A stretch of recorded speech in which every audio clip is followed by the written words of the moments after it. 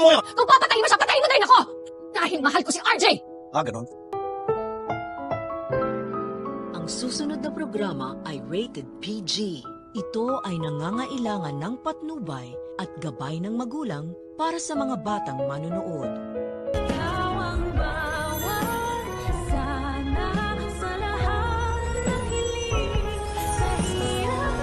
Ipapakita ko sa'yo kung gaano ako kademonyo!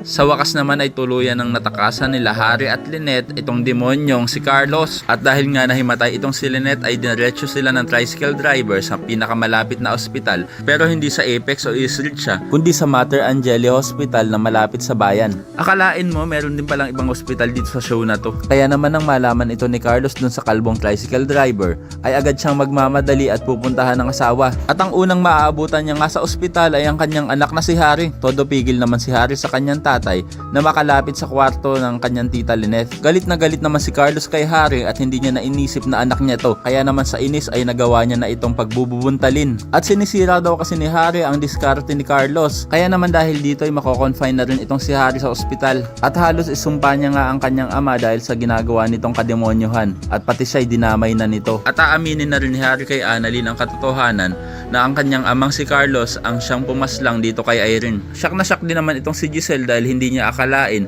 na ganung pala kasama talaga si Carlos. At tama nga ang kanyang hinala noon pa man dito na may itinatago talaga itong baho. Magsusorry din si Harry kay Annalyn sa lahat daw ng ginawa ng kanyang tatay sa kanilang pamilya. Samantala, alalang-alala naman itong si Zoe sa kanyang amang si Carlos at makikibalita nga siya kay Doc Yula. Hindi naman daw alam ni Doc Yula kung nasaan na si Doc Carlos at ang tanging wish niya lang ay mahuli na ito. Samantala, ilalabas na ni Robert si Lynette Hospital kung saan siya nakakonfine. Maaabutan naman silang dalawa nitong si Carlos. Itatanong ni Carlos kay Robert kung saan nito dadalhin daw ang kanyang asawa. Sagot naman ni Robert na iuwi niya na si Lynette. At kahit daw si Harry ay ayaw nang makasama ang kanyang tatay. Maya-maya naman ay aaminin ni Lynette kay Carlos na mahal niya pa rin daw si Robert. At dahil nga dito ilalabas na ni Carlos ang kanyang huling sandata. Tututukan niya ng baril ang dalawa. Sino nga kaya ang matamaan ng bala sa dalawa? Si Lynette o si Robert? Yan ang dapat nating abangan. Kaya naman kung isa ka rin sa mga umaasang sana naman ay dumating na ang mga pulis at lagi na lang silang nahuhuli, ay pakilike ang video na ito and don't forget to subscribe.